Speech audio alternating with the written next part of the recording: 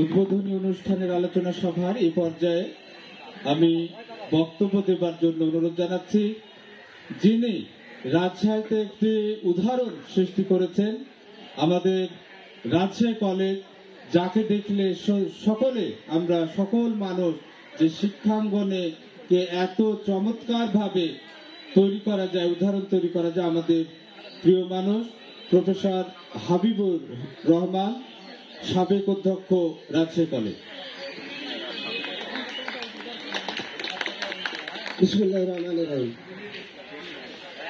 সূর্যকিরণ সমাজ কল্যাণ সংস্থা কর্তৃক আয়োজিত বইমেলা 2024 মঞ্চে উপবিষ্ট আমাদের সর্বজন সদ্য, আমাদের যারা আমাদের অহংকার, যারা গর্বের, যারা আমাদেরকে পথ দেখায়, পথ প্রদর্শক, যারা এখনো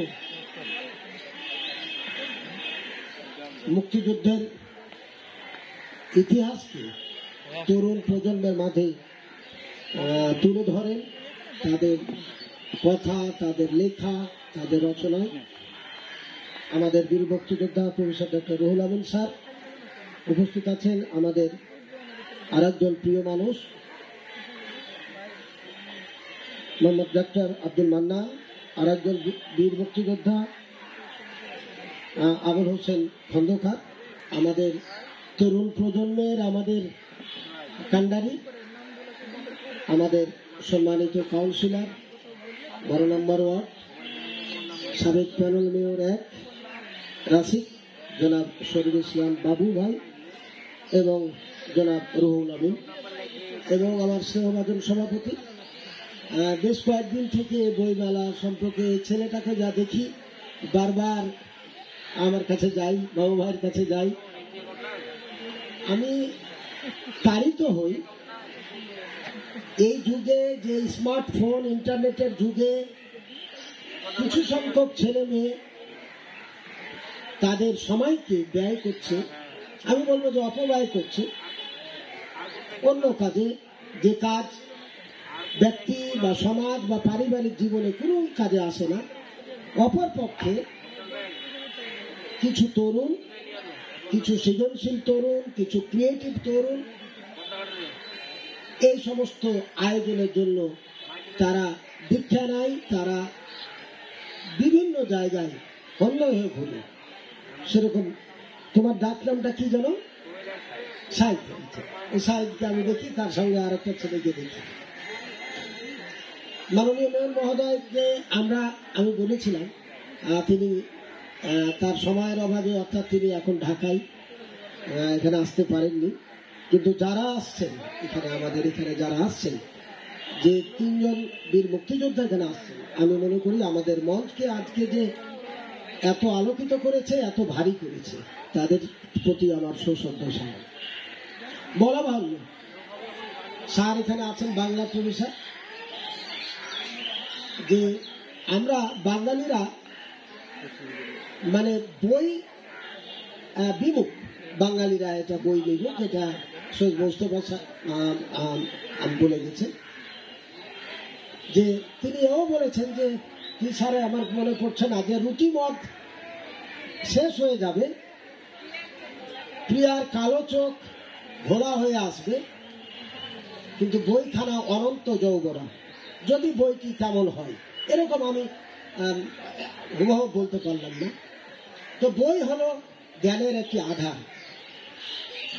সেই বইমেলায় আমরা এসেছি।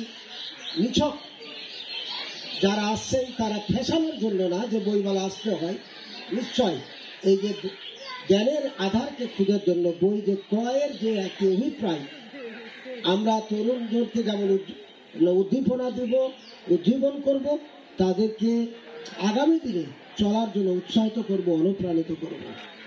আমি আশাবাদী এরকম তরুণ যদি হাজার হাজার তরুণ এরকম জন্ম নেয়, তাহলে নিশ্চয় আমাদের যে বঙ্গবন্ধুর যে সোনার বাংলা, সেই সোনার বাংলা এই যে সাংস্কৃতিক অঙ্গন থেকে একটি নিরবচ্ছিন্ন যে ভূমিকা রাখবে, এটি বলা বাহুল্য।